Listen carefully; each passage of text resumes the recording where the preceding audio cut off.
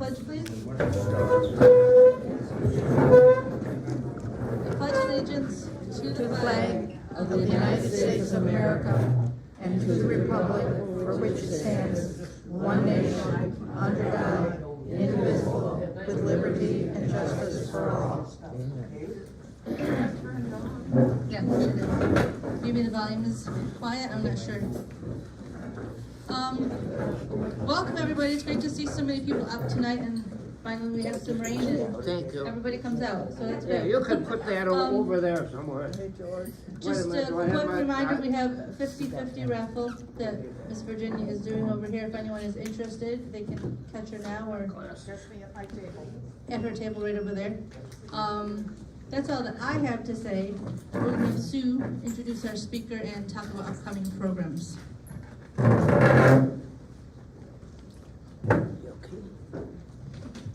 Welcome, everyone. Before we start our program, I want to tell you about our yard sale. Every year we have a yard sale. It's going to be August 19th and 20th at my house, which is 1340 Spencerport Road.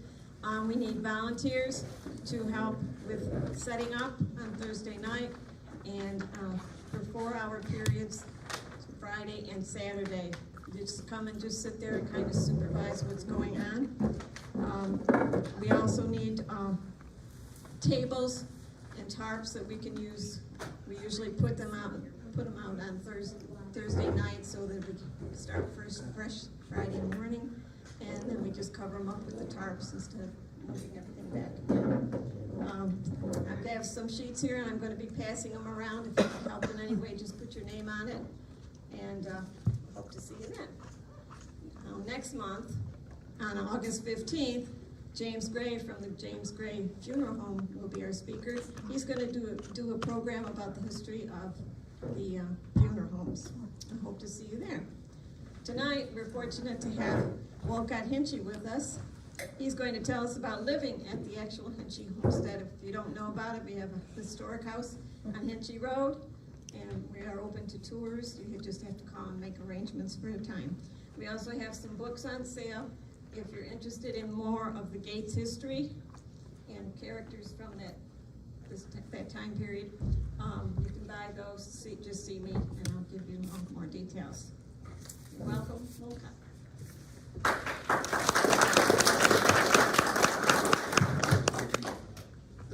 I don't normally use something like this. Please use it. Is it? No, I know, but I don't know if it's too loud or not loud enough. Well, when Sue apparently said something to my wife about doing this about 6-8 months ago, I said, "Oh, what do you mean?" And, she said, "Well, no, you just have to say what it was like to live there." And I said, "Oh, okay." And then I promptly forgot. And shortly in the winter, I got a refresher reminder from Sue, and I said, "Okay, yeah," and then forgot it again until about May. But anyways, I'm here, and I'd like to thank the Historical Society for everything they've done to the house, for the house, to preserve the house, to promote the house. There's not very many people that can stand back and say, "That was my house," and have it been taken care of the way they have. So they deserve a big round of applause for what they've done.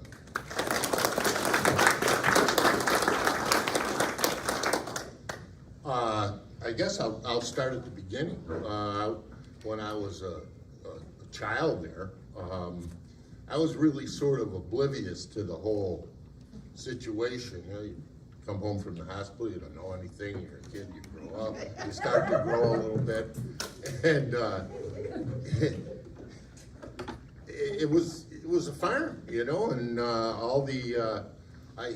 it was a wonderful experience because as I got a little older, you know, we had all sorts of animals and whatnot, but I was unaware that, you know, with my age and whatnot, that, you know, the small family farm was in decline. and it was a small, it seemed like a big farm to me, but at the time I think it was sort of diminishing. But be that as it may, we had about 80 head of cattle, and which sounds a lot, but I currently live out in Leroy, and the people around the corners, they have 2,000 head, so it's a little different animal or a situation. So, it was a pretty sophisticated operation. My grandfather was, these were Holstein cows, and they kept meticulous records on the bloodlines and whatnot. So, they had been at it for a number of years. My great-grandfather was the one that really set it up. And then it obviously came to my grandfather and then my father, or his brother, excuse me. But, see where I am here. It was a really good experience as a kid because you have barns, you have animals, you have all that. And I also had cousins. And my cousins, Ron Hinchy's here, his father, and my other cousin Pete and Bill, they were the ones basically working the farm.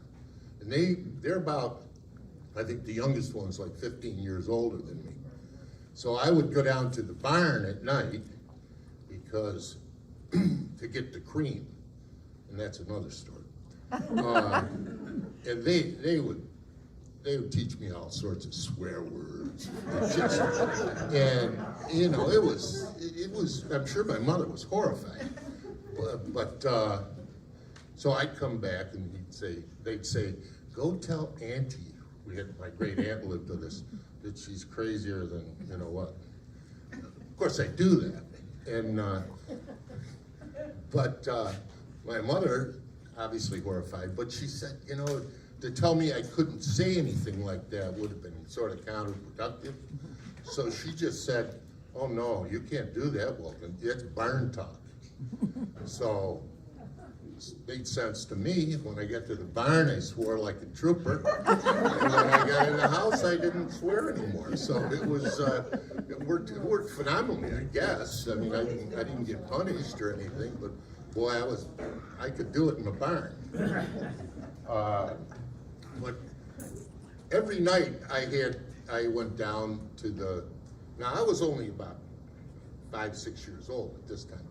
I'd go down to the barn to get the cream because who could eat Cheerios without cream on them? And they were absolutely delicious. Of course, later in life I had some stomach problems.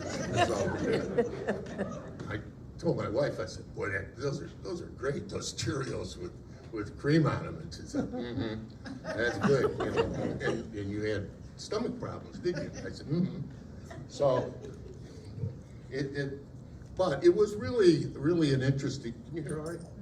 It was really an interesting experience because, as I said, we had cows and pigs and chickens. We had a lot of chickens and horses.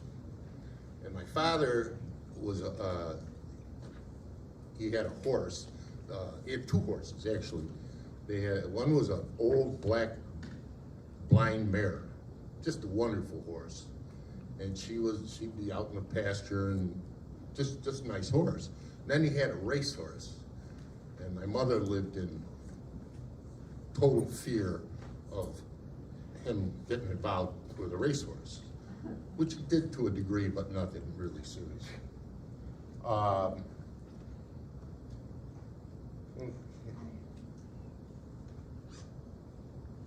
We also had fruit trees. I think the farm itself had been not so much during my time, but really pretty self-sustaining. They had fruit trees. They had all the animals, of course.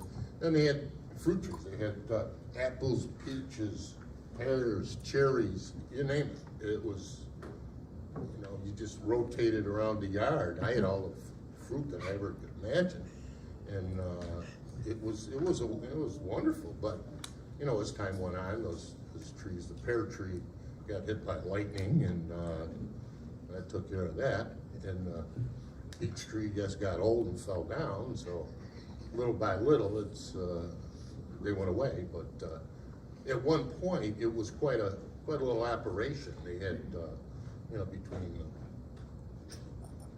the fruit trees and the animals and whatnot. So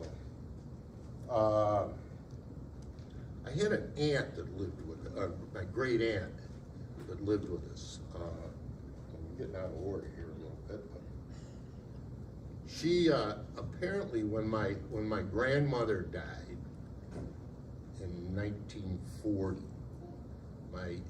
her sister moved in. Now, her name was Anna Terrell, and the Terrells lived just down Hinchy Road. Towards Pixley. And the house, they built a house around that old house that was there. And I asked my grandfather about it one time, and he wasn't real communicative about it. He said, nah, they didn't have any money. So Auntie moved in with us. Apparently that was a traditional thing. If the lady in the house died, her sister came and moved in. There was didn't have to get along, you could move in.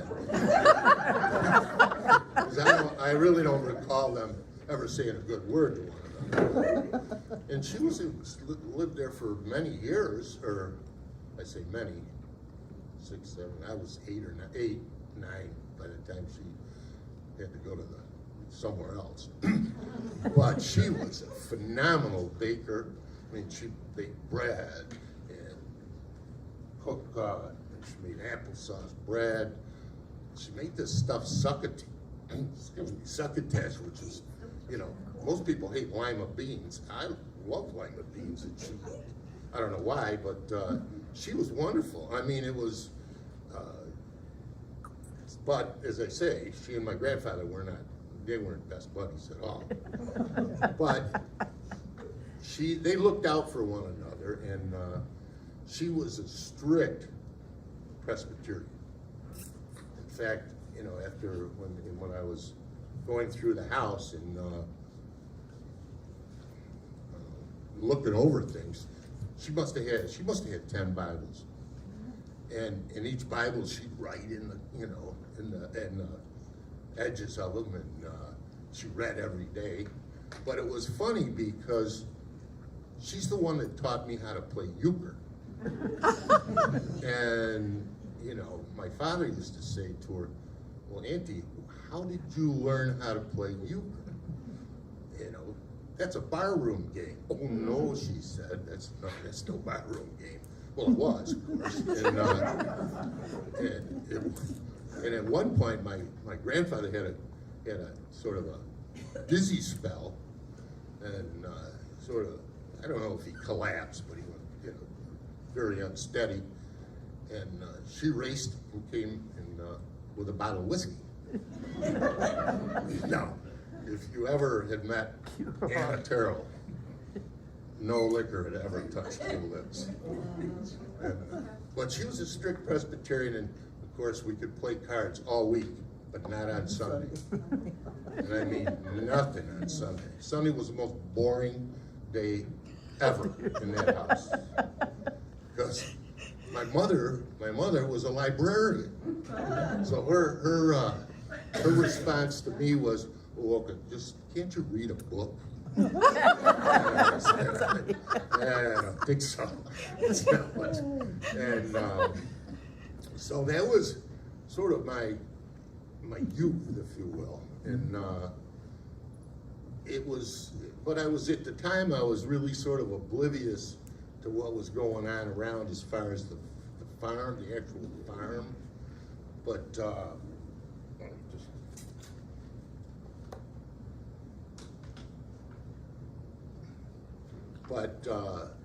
my uncle, who was running the farm, and he and my cousins, my first cousins, as I said, they were about 15 years older than I was, and they ran the farm, and and their father passed away in 1954. My grandfather was in his 80s, and the combination of his oldest son dying and him being in his 80s, and my father, I'm not sure what he was doing, but they decided that the farm, they needed to unwind the farm, and subsequently had an auction, which